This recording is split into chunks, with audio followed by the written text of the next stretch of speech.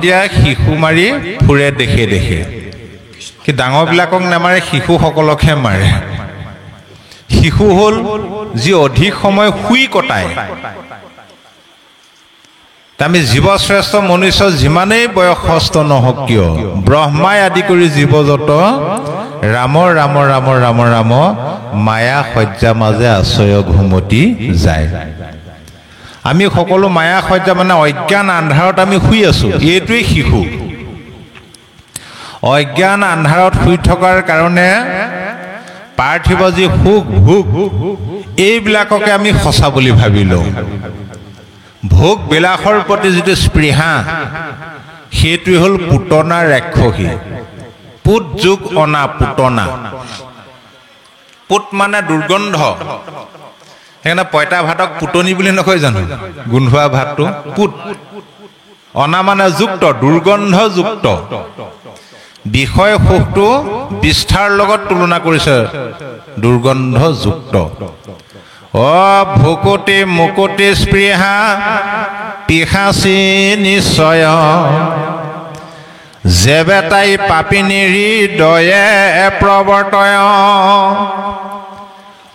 তেবে নপাৱয় ভোক তিৰস্বাদচয় জানি তাইক তেজী ভজি উক অকৃপাময় ভোগবিলাসৰ প্ৰতি যিটো স্পৃহা ই হ'ল পুতনা ৰাক্ষসী আমাৰ মনটো যেতিয়া ভোগবিলাসত লিপ্ত হৈ থাকিব ধন পইচা পাতি মাটি বাৰী গাড়ী মটৰ ঐশ্বৰ্য বিভূতি খোৱা বোৱা তেতিয়া ইয়াৰ সোৱাদটো কিন্তু কেতিয়াও নেপায় আৰু সিয়ে হ'ব পুতনা ৰাক্ষসীৰ কবলত পৰি থকা অৱস্থা আৰু ই জীৱক কি দিয়ে তাৰণা দিয়ে সেইকাৰণে তাৰকা ৰাক্ষসী আৰু ই পঞ্চপৰ্বা অবিদ্যাৰ পৰা সৃষ্টি হয় অবিদ্যা মানে হ'ল মায়া মায়া হ'ল স্ত্ৰীলিংগ সেইকাৰণে ৰাক্ষসী লৈছে গতিকে প্ৰথম আমি পুতনা ৰাক্ষসীক বধ কৰিব পাৰিব লাগিব মনত যিটো ভোগবিলাসৰ প্ৰতি স্পৃহা ঈশ্বৰৰ কথা শুনিবলৈ হ'লে সেই সম্পূৰ্ণ আমি ত্যাগ কৰিব লাগিব তাৰপিছত শকত ভঞ্জন শকতাসুৰ শকত মানে কি তলবিয়াস ক মৰ্যাত শকত শকত শব্দটোৰ আবিধানিক অৰ্থ হ'ল বুজা কঢ়িওৱা গাড়ী আজিকালি ডাম্পাৰ চাম্পাৰ বিলাক আগতে শকত বুজা কঢ়িওৱা এতিয়া আমাৰ বিষয় বুজাটো কোনে বহন কৰে মনটোৱে বুজাবোৰ কঢ়িয়াই নুফুৰে জানো আপুনি ইয়াত বহি আছে আপুনি যদি ঘৰখনৰ কথা চিন্তা কৰি আছে গোটেই ঘৰখন আপুনি উঠাই লৈ অহা বুজালে পইচা পাতিৰ চিন্তা বিষয় চিন্তা সেই শকতক মষিমূৰ কৰিব লাগিব লুটিয়াব লাগিব আগতে বোলে কি চিন্তা কৰোঁ পইচা পাতি ল'ৰা ছোৱালী খোৱা বোৱা বিষয় চিন্তা কৰোঁ যেতিয়া পুতনা ৰাক্ষসীক বধ কৰি দিলোঁ তেতিয়া কি চিন্তা কৰোঁ ঈশ্বৰ চিন্তন বাকীবিলাক এনেই হৈ থাকিব আকৌ শকত মানে বেহু বুলি কৈছে সংস্কৃতত বেহু কাম ক্ৰোধ লোভ মোহ দম্ভ দেশ অহংকাৰ ঈৰ্ষা অসূয়া ইত্যাদি আসুৰিক গুণবিলাকে বেহু নিৰ্মাণ কৰি সত্য শৌচ ক্ষমা দয়া প্ৰেম কৰুণা আদি সৎগুণবিলাকক আবদ্ধ কৰি ৰাখে গতিকে ভগৱন্ত কৃষ্ণদেৱে শকতখন গুৰ মাৰি লুটিয়াই পেলালে আকৌ বলৱন্ত গোপগণে ওলোটাই প্ৰতিষ্ঠা কৰি পেলালে অৰ্থাৎ সত্য শৌচ ক্ষমা দয়া প্ৰভৃতি সাত্বিক গুণবিলাকে বেহু নিৰ্মাণ কৰি কাম ক্ৰোধ লোভ মোহ প্ৰভৃতি আসুৰিক গুণবিলাকক আমি আবদ্ধ কৰি ৰাখিব লাগিব এইবিলাক দমনহে কৰিব পাৰি একেবাৰে নিশেষ কৰিব নোৱাৰি কাম ক্ৰোধ লোভ মোহ থাকিবই তাই সিহঁতক দমন কৰি ৰাখিব লাগিব সেইটো শকত ভঞ্জনৰ তাৎপৰ্য যে আমাৰ দেহত মায়াৰ এটা পৰিয়াল আছে বহুত পৰিয়াল তাৰ ভিতৰত মূল হ'ল 16জনীয়া পৰিয়াল কি ও দম্ভ দৰ্প পৰ নিন্দা অভিমান তিৰস্কাৰ লোভ মোহ কাম ক্ৰোধ গৰ্বয় অহংকাৰ হিংসা কামনায় আশা হঠ ব্যভিচাৰ এহি 16 গোটা পুত্ৰ জানিবা মায়াৰ। এই হ'ল মায়াৰ 16জনীয়া পৰিয়াল। ক'ত থাকে? ও মনৰ লগত থাকে এহি 16জন তৰিবে নোৱাৰে লোক এহি কাৰণ। আমাৰ মনটোতেই এই 16জনীয়া পৰিয়ালটোৱে বাঁহ লৈ থকাৰ কাৰণে আমাৰ মনটো চঞ্চল। চঞ্চল মনেৰে হৰি সেৱা বা ঈশ্বৰ সেৱা নহয়। চঞ্চল মন কাৰণে আমি মনুষ্য তৰিব নোৱাৰো। সেই বেমাৰটো প্ৰথম আদিতেই লাগি আহিছে আমাৰ। এতিয়া বেমাৰটো হ'ল কলি, মূল বেমাৰটো হ'ল দেহ বুদ্ধি। আমি দেহটোকে মই বুলি ভাবো, সেইকাৰণে খং উঠে বেয়াকে ক'লে। বৈদ্যই সেৱা কৰিলে ভাল লাগে, আকৌ কাণখন পকাই দিলে খং উঠে। কেলে বাৰু? একে অংগহে, ভৰিও অংগ আমাৰ, কাণখনো অংগ, কেলে খং উঠে? আকৌ ভালকে ক'লে ভাল লাগে, বেয়াকে ক'লে খং উঠে। কিয় হয়? দেহটোকে মই বুলি ভবা কাৰণে হয়। যিটো দেহক বেয়াকে কৈছে সেইটো দেহো যাব, যিটো দেহে কৈছে সেইটোও যাব। তাত খং উঠিবলগীয়া কিবা কথা আছে জানো? কেইদিনৰ কাৰণে? হয়তো যিটোৱে কৈছে সেইটো আগতীয়াকে যাব পাৰে। আমিতো প্ৰত্যেক মুহূৰ্তে মুহূৰ্তে আমি গৈহে আছো। কলৈ গৈ আছো ভাবকচোন বাৰু। দকে চিন্তা কৰিলে একোৱেই নাই সংসাৰখনত। আৰু ঈশ্বৰ ক'ত আছে ন? সকলোৰে হৃদয়তে আছে। যদি আমাৰ দেহতে ঈশ্বৰ আছে, ৰাতি আকৌ 12টা-1টা বজাত অকলে খোজকাঢ়ি গ'লে পাছলৈ কেলে ঘূৰি ঘূৰি চাই যায় ভয়ে ভয়ে? যদি আমাৰ দেহতে ঈশ্বৰ আছে, তাৰমানে এইটো জানো কিন্তু উপলব্ধি নাই। এতিয়া বিকাৰটো কেতিয়া লাগিলে চাব দেই। সৃষ্টিৰ পাতনিত বহি থাকক, আমনি নাপাওঁ। যেনেদৰে ধৰি লওক আপোনাৰ ঘৰখন অস্থায়ী হৈ আছে। যিসকলৰ ঘৰ অস্থায়ী, বতাহ ধুমুহা আহিলে ভয় লাগে, তেতিয়া মনে মনে ভাবে আৰু ঘৰখন পকা কৰিব লাগিব, পইচা গোটাবলৈ আৰম্ভ কৰিয়ে দিলে। আৰু নিৰ্দিষ্ট পৰিমাণৰ ধন জমা হৈ গ'ল, তাৰ মনতে ভাবিলে এইকেইটা ধনেৰে মোৰ ঘৰখন ওলাই যাব।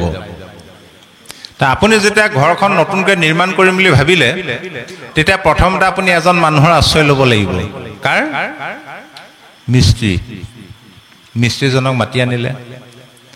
মিস্ত্ৰীজনে প্ৰথম 5টা বস্তুৰ হিচাপ দিব: শিল, বালি, ইটা, চিমেণ্ট আৰু ৰদ। তদ্ৰূপ পৰম পুৰুষ পৰমেশ্বৰ এই তেওঁ প্ৰপঞ্চ সংহাৰ কৰি জীৱ মায়া সমস্ত উদৰতে লৈ যোগ নিদ্ৰা চলে, অকলে অকলে শুই থাকে। তেওঁ বহু কাল গুচি গ'ল।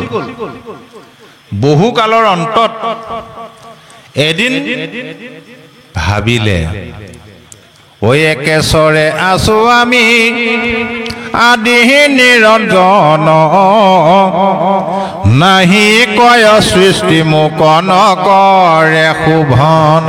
আদি নিৰঞ্জন, মই অকলে অকলে আছো, সৃষ্টি নকৰাৰ কাৰণে মোক শোভা কৰা নাই। যেতিয়া ঈশ্বৰে সৃষ্টি কৰিম বুলি ভাবিলে, ঈশ্বৰকো মিস্ত্ৰী এজন দৰকাৰ হ'ল নহয়। সৃষ্টি কৰাই নাই, এতিয়া মিস্ত্ৰী ক'ত পায়? ভাবি গুণি কি কৰিলে? ঐ একেচৰে থাকি আমি কৰো কোন কাজ, শৰীৰৰ পৰা মায়া কৰি লন্তবাজ। সেই মায়াৰূপী মিস্ত্ৰী এগৰাকী দেহৰ পৰাই বনাই পেলালে। মায়াক সৃষ্টি কৰি মায়াক দায়িত্ব দিলে, হে মায়া পূৰ্বৱতে তুমি পুনৰ সৃষ্টি কৰিব লাগে। তেতিয়া মায়াই ক'লে, প্ৰভু মেটেৰিয়েলছে নাই নহয়, কেনেকৈ সৃষ্টি কৰিম এতিয়া? হয়, একো নাইয়ে নহয়। মায়ে হিচাপ দি দিলে নহয় শিল বালি ইটা চিমেণ্ট ৰদ নহ'লে মই কেনেকৈ সৃষ্টি কৰিম হয় লগে লগে ঐ অনাদি ঈশ্বৰ কৃষ্ণ জগত কাৰণ সৃজিলা মায়া কলয়া মহাভূত গণ যিজন অনাদি ঈশ্বৰ জগতৰ কাৰণ তেওঁ মায়াক লগত লৈ কি কৰিলে পঞ্চভূত সৃষ্টি কৰিলে ক্ষিতি অপ তেজ মৰুত বুম মাটি পানী জুই আকাশ আৰু বায়ু এই পঞ্চভূতেৰে ব্ৰহ্মাণ্ড নিৰ্মাণ কৰিলে আকৌ জীৱই যদি বিষয় ভোগ নকৰে ঈশ্বৰে সৃষ্টি কৰাৰ কোনো অৰ্থ নাথাকিব মূল্যহীন হ'ব সেইকাৰণে জীৱবিলাকে বিষয় ভোগ কৰিবৰ কাৰণেই জীৱৰ বিষয় ভোগ নিমিত্তে ঈশ্বৰ পঞ্চভূতে সৃজিলা বিবিধ কলেবৰ এই পঞ্চভূতেৰে বিভিন্ন জীৱ দেহবিলাক বনালে বিভিন্ন দেহ তাৰমানে ঈশ্বৰে এনেকুৱা এটা ফৰ্মাৰ বনালে একেটা ফৰ্মাৰতে বিভিন্ন ডিজাইন গুৰিপুৰৰ পৰা গজহস্তীলৈকে জীৱশ্ৰেষ্ঠ মনুষ্যলৈকে এতিয়া বাকীবিলাক প্ৰাণীৰ কথা বাদেই দিয়ক আপুনি মানুহবিলাককে চাওকচোন বাৰু কাৰোবাৰ লগত কাৰোবাৰ চেহেৰা মিলেনে বাৰু সৃষ্টিৰ পাতনিৰ পৰা আজি তাৰিখলৈকে যিমান মানুহ সংগ্ৰহালয় আহিলে কাৰো লগত কাৰো চেহেৰা নিমিলে যিমান আহিব তাৰ লগতো নিমিলে কেলে কৰিলে বাৰু মিল চেহেৰা গণ্ডগোলটো ক'ত লাগিলেহেঁতেন একে হোৱালে চাব আপুনি আইগৰাকীক লগত লৈ মিটিঙলৈ গ'ল সন্ধ্যা লাগিলে ঘৰলৈ আহিব হ'ল চাবিটো আছে আইগৰাকীৰ হাতত আইগৰাকী আকৌ আইসকলৰ মাজত গৈ বহি আছেগৈ আপুনি বিচাৰি বিচাৰি বিচাৰি বিচাৰি এইগৰাকীয়ে মোৰ আইগৰাকী বুলি চিনি পাব নাই কেনেকৈ চিনি পালে আপোনাৰ আইগৰাকী বুলি কেলে চিনি পালে যে বাকীবিলাকৰ লগত চেহেৰাটো নিমিলে যদি কেনেবাকে একে চেহেৰা কৰি দিলেহেঁতেন কি হ'লহেঁতেন ভাবকচোন বাৰু এখন টনা যোৱা কাজিয়া পেচাল মাৰপিট লাগিলেহেঁতেন ঈশ্বৰে তেতিয়াই ভাবিলে মই যদি একে চেহেৰা কৰি দিওঁ কলিৰ মলমতী মনুষ্য কটাকটি মৰামৰি কৰি মৰিব চকুকেইটা আছে চকু টিপটো নাই আকৌ লাগিলে লেঠা কাণখন আছে নুশুনে নাকটো আছে উশাহ নিশাহ নাই মুখখন আছে কথাও পাতিব নোৱাৰে খাবও নোৱাৰে হাত ভৰি আছে লৰাবই নোৱাৰে লগে লগে কি কৰিলে ও মায়ায়ে উপাধি প্ৰাণী সৃজিলা অশেষ তাতে অন্তৰ্যামী ৰূপে ভৈলন্ত প্ৰৱেশ মায়াৰ দ্বাৰা বিভিন্ন প্ৰজাতিৰ প্ৰাণীৰ সৃষ্টি কৰি অন্তৰ্যামী ৰূপে ঘটে ঘটে প্ৰৱেশ কৰিলে সেই তেতিয়াই প্ৰৱেশ কৰিলে যে পৰম পুৰুষ পৰমেশ্বৰ জীৱদেহত প্ৰৱেশ কৰিলে সেইকাৰণে তেওঁৰ এটা গুণনাম হ'ল বিষ্ণু বিষ্ণু শব্দটো সংস্কৃত বৃষ ধাতুৰ পৰা আহিছে বৃষ মানে প্ৰৱেশ কৰ এইটোৱে হ'ল ঈশ্বৰৰ ৰহস্য এই ৰহস্যটো ভেদ কৰিবৰ কাৰণে আমি শ্ৰৱণ কীৰ্তন কৰিব লাগে এতিয়া ঈশ্বৰ আমাৰ দেহত আছে প্ৰমাণ সৰু সৰু প্ৰমাণ আমাৰ প্ৰত্যেকৰে চকুকেইটাই টিপ টিপ টাপ টাপ কৰি থকা নাইনে বাৰু চকু টিপটো মাৰোঁ বুলি মাৰিছেনে নিজে নিজে হৈ আছে নিজে নিজে হৈ আছে কাৰণে বাচি আছে মাৰোঁ বুলি মাৰি চাওকচোন বাৰু আপুনি ঘটনা ঘটি যাবনে বাৰু তাৰমানে চকু টিপটোৰ ওপৰতো আমাৰ অধিকাৰ নাই উশাহ নিশাহ লওঁ বুলি লৈছেনে নিজে নিজে হৈ আছে লওঁ বুলি ল'লেতো হিলি থাকিব লাগিব কোন থকাৰ কাৰণে হৈ আছে পৰম পুৰুষ পৰমেশ্বৰ পৰমাত্মাৰ পৰা আমাৰ হৃদয়ত থকাৰ কাৰণে হৈ আছে তেওঁ যদি কয় হেৰা অকণমান বহা দি মই বাহিৰৰ পৰা আপুনি বহি থাকিব পাৰিবনে বাৰু সি এজন ওলাই যোৱাৰ লগে লগে আপোনাৰ শ্মশান পোৱাবগৈ ডাক্তৰৰ ওচৰলৈ গ'ল বেমাৰ দেখুৱাবলৈ যেতিয়ালৈকে কৃষ্ণ আমাৰ হৃদয়ত থাকিব ডাক্তৰে ক'ব বডিটো চেক আপ কৰিব লাগিব চেকআপ কৰি থাকোঁতে কৃষ্ণই এৰি থৈ গুচি গ'ল, তেতিয়া বডি বুলি ক'ব নে ডেড বডি বুলি ক'ব?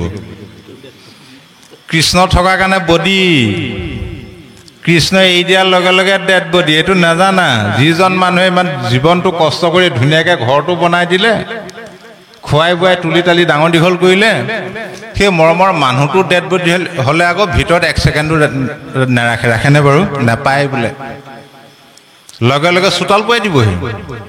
হাঁহ ছাগলী পাৰৰ ডেড বডি হ'লে আকৌ লগে লগে চোতাল পৰা পাকঘৰলৈ সোমাই লৈ গুচি যায়। গতিকে ডেড বডিবিলাক খাবলৈ এৰিব লাগিব, সেইবোৰ চঞ্চল খাদ্য। আমাৰ যে মদবিলাক যে নিমিলা হ'ল, খাদ্যটো অমিল কাৰণে নিমিলা হ'ল। একে খাদ্য হওকচোন বাৰু, মদ মিলি যাব তেতিয়া। যি কি নহওক, দেহটো থাকিলেতো জীৱই ভোগ কৰিব নোৱাৰে। আকৌ কি কৰিলে? বিভঞ্জী আপোনাক প্ৰভু নাৰায়ণ সৃজিলা ইন্দ্ৰিয়গণ বুদ্ধি প্ৰাণ মন। 10 ইন্দ্ৰিয় দিলে, 10 ইন্দ্ৰিয় হ'লেও ভোগ কৰিব নোৱাৰে। মনটো দি দিলে, মনটো হ'লেও নহ'ব বোলে, ভাবি গুণি থাকোঁতেই পাৰ হ'ব। সেইকাৰণে বুদ্ধিটো দি দিলে খাটাং কৰিবৰ কাৰণে।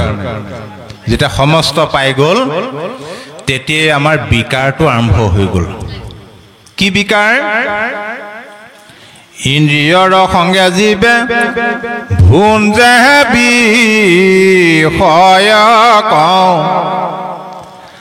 আত্মা বুলি মানে মায়াময় শৰীৰ কওঁ। এই মায়াময় দেহটোকে আত্মা বুলি ভাবিবলৈ ধৰিলোঁ, এইটোৱে হ'ল বিকাৰ। দেহটোকে মই বুলি নকওঁ জানো? দেহটো মই হয় জানো? আপোনাক সম্পাদকে ক'লে, সেই সভাপতি বাপ আজি 15 দিনমান হৈ গ'ল আপোনাক দেখা নাই, কি হ'ল? তেতিয়া আপুনি কি বুলি ক'ব? হেৰি কি ক'ব, মোৰ দেহাটো এইকেইদিন একেবাৰে বেয়া। মোৰ দেহাটো বেয়া কাৰণে মই আহিব পৰা নাই। তাৰমানে কি ক'লে কওক আপুনি এতিয়া? মোৰ দেহাটো অসুস্থ কাৰণে মই আহিব পৰা নাই, তাৰমানে মইতো বেলেগ, মোৰ দেহটোও বেলেগ, হয়নে বাৰু? সেইটো আমি উপলব্ধি কৰিব লাগিব যে মই দেহ নহয়। ৰামচন্দ্ৰ প্ৰভুৱে হনুমানক সুধিলে, হেৰা তুমি কোননো? প্ৰভু মোক চিনি পোৱা নাই, মই হনুমান। মই তোমাৰ নামটো নাই সোধা, তুমি কোন মই সেইটো সুধিছোঁ। হনুমন্ত থতমত খালেই নহয়, সৰুকালৰ পৰা মই নিজক হনুমান বুলিহে জানো। তেন্তে মই পৱন পুত্ৰ বোলে নহয়, মই অঞ্জনাৰ পুত্ৰ নহয় নহয় বুলি কৈলে হনুমন্ত লাগি গ'ল খেলি মেলি। মই কোন আকৌ তেতিয়াহ'লে? মই কোন বুলি যেতিয়া ধ্যানত বহিল, তেতিয়াহে তেওঁ উপলব্ধি কৰিলে, প্ৰভু তোমাৰ প্ৰশ্নৰ উত্তৰটো এতিয়াহে বিচাৰি পালোঁ। কি পালা? দেহৰ দৃষ্টিত মই তোমাৰ দাস, জীৱ দৃষ্টিত মই তোমাৰ অংশ, আৰু আত্মা দৃষ্টিত প্ৰভু তুমিয়ে মই, তোমাৰ আৰু মোৰ মাজত কোনো পাৰ্থক্য নাই। এতিয়া আইসকলে ৰাতিপুৱা বাঢ়ি বন কৰি গা পা ধুই প্ৰথম কলৈ যায়? কওকচোন বাৰু, কলৈ যায়? হা? আইনা ওচৰলৈ যায়। আইনাখনৰ সন্মুখত থিয় হোৱাৰ লগে লগে নিজৰ চেহেৰাটো দেখে নে লোকৰ চেহেৰাটো দেখে? একে দেখিব লাগিব। ক'লা মোলা দেখিলে আইনা নাভাঙিব। হুবহু আপুনিয়ে আইনাখনত থকা প্ৰতিবিম্বটো আপুনি নহয়নে বাৰু? কি পাৰ্থক্য আছে? সেইদৰে জীৱই আত্মা পৰমাত্মা দুই, বিচাৰত একে প্ৰকাৰ শতদিত হৈ। সেইদৰে জীৱ আত্মা পৰমাত্মা বিচাৰ কৰিলে এটা, প্ৰকাশত দুটা হৈ থাকে। সেই আইনাখনত থকা প্ৰতিবিম্ববিলাক হ'লো আমি পৰমাত্মাৰ প্ৰতিবিম্ব, জীৱাত্মা। সেইকাৰণে পৰমাত্মাই নিজে জীৱাত্মাক ক'বলৈ বাধ্যত হৈ গ'ল, বাধ্যত পৰি গ'ল। হেৰা জীৱ, তুমি মোক কিয় পাহৰি গ'লা? তুমি আৰু মই দুয়ো শুদ্ধ আছিলোঁ, আমি দুয়ো নলগলে লগা সখী আছিলোঁ। তুমি আমি দুয়ো শুদ্ধ জানিবা সখী, ঠাকুৰ হৃদয়তে শোভা শুভ কৰ্মলে মই কি কৰোঁ প্ৰত্যেক মুহূৰ্ততে তোমাৰ হৃদয়তে থাকে তোমাৰ ভাল আৰু বেয়া কামবিলাক মই লক্ষ্য কৰি থাকোঁ প্ৰত্যেক মুহূৰ্ততে থাকে আপুনি বাস্তৱত চাব গীতাত কৈছে হে ৰাখি মানুহবিলাক যেতিয়া ৰাতি শুই থাকে মই সূক্ষ্ম ৰূপটো ধৰি সুসন্মানেৰ মাজেদি ৰাতিটো অহা যোৱা কৰি থাকোঁ তেতিয়াহে মানুহটো জীয়াই থাকে হয়ো হয় যোৱাকালি ৰাতি টোপনিত কিবা গম পাওঁ জানো আমি হ'লেওতো জীয়াই থাকিলোঁ কাৰ কাৰণে ৰাতিপুৱা বোলে ময়ে সাৰ পুৱাই দিওঁ জীৱ শ্ৰেষ্ঠ মনুষ্য ইমান স্বাৰ্থপৰ বোলে সাৰ পোৱাৰ পিছত মোৰ নাম ল'বলৈ কাৰো আজৰি নাই হয়ো হয় কথাটো ৰাতিপুৱা যে ঈশ্বৰে আমাক জগাই নিদিলে আমি আহিব পাৰিলোহেঁতেন জানো এইদৰে আমি অনেক বছৰ আছিলোঁ একেটা স্থানত এৰাম অনেক বৎসৰ আছি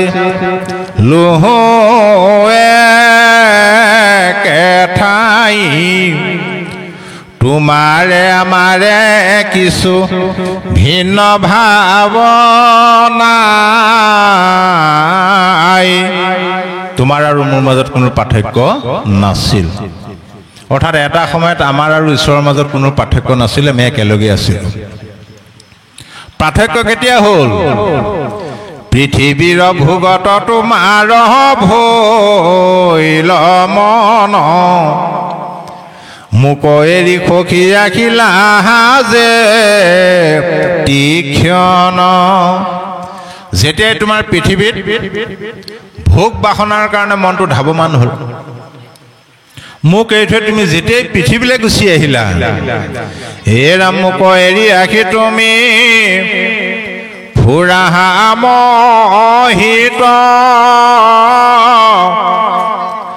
নগৰ দেখিয়া তুমি ভৈলা মোহিত পৃথিৱীত বিচৰণ কৰি ফুৰোতে এই মনুষ্যৰ দেহৰূপী নগৰখন দেখি তুমি তাতেই সোমাই পৰিলা তাতেই মোহিত হলা মোক পাহৰি গুচি গলা মই কিন্তু প্ৰত্যেক মুহূৰ্ততে তোমাৰ লগতে আছো গতিকে আমাক যিজনে চেতন শক্তি দিছে যিজনৰ ইচ্ছাত আমি দুবেলা দুসাঁজ খাবলৈ পাইছোঁ বিষয় ভোগ কৰিবলৈ পাইছোঁ সেইজনহে আমাৰ সুহৃদ বান্ধৱ বাকী যিবিলাকক আমি সুহৃদ বান্ধৱ বুলি ভাবিছোঁ এইবিলাক আমাৰ সুহৃদ বান্ধৱ কেতিয়াও হ'ব নোৱাৰে ৰাতি একেলগে শুই আছে আপুনি গুচি গ'ল গমেই নাপায় বোলে কেতিয়া গ'ল জানো গম নাপাওঁ নহয় বোলে 10টালৈকে নুঠা দেখি দৰ্জাত ঢুকিয়াই তেতিয়াহে গম পাইছে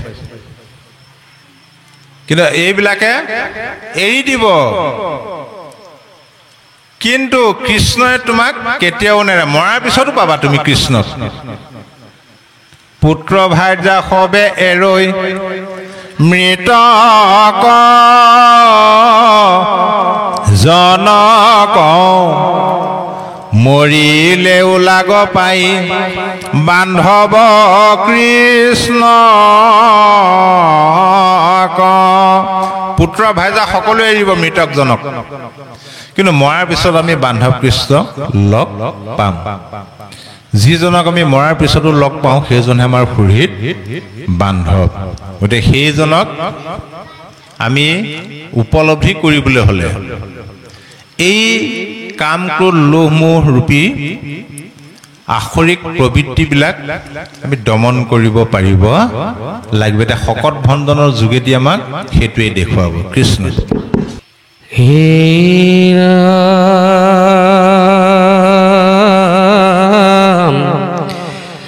হেন শুনি পাছে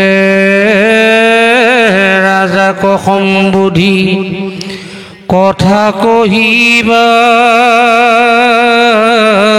কলৈল দিনে শিশুৰ অংগ পৰিৱৰ্তন নামে মহোৎসৱ ভৈল যত গোপনাৰী নন্দ ঘৰে পখি অনেক বাদ্য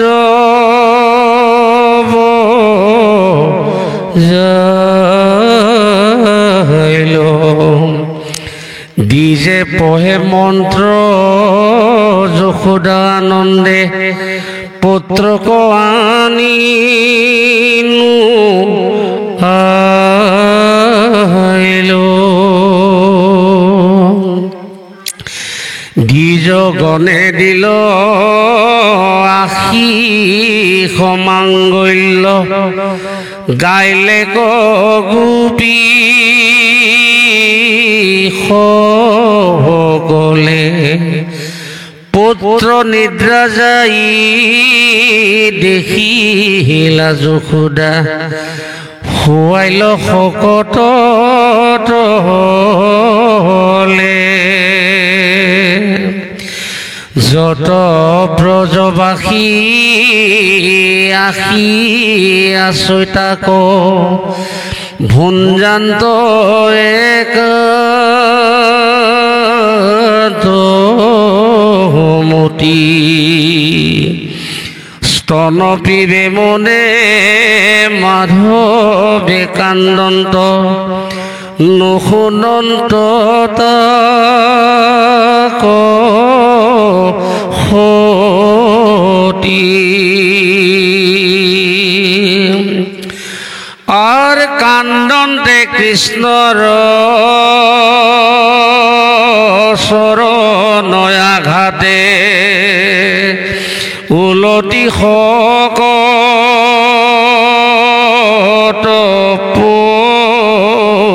পৰিল উফৰিল চক্ৰ শলকা জুলি মাটিও আতিল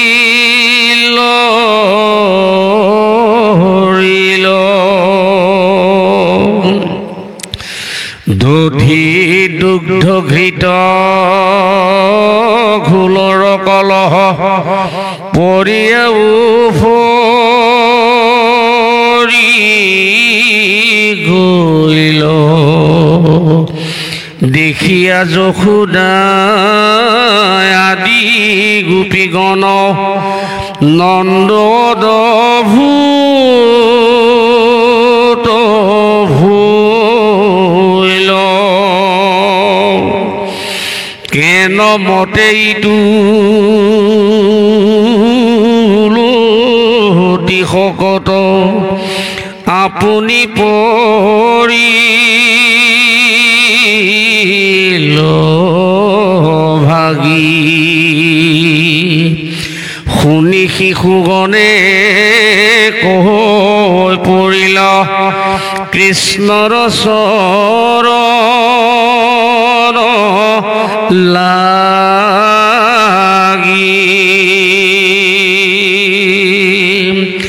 হেন শুনি সবে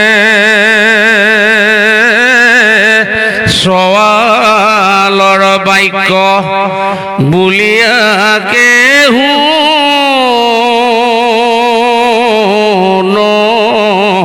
মানে অনন্ত বীৰ্যৰ বল পৰাক্ৰম তে সম্বেকে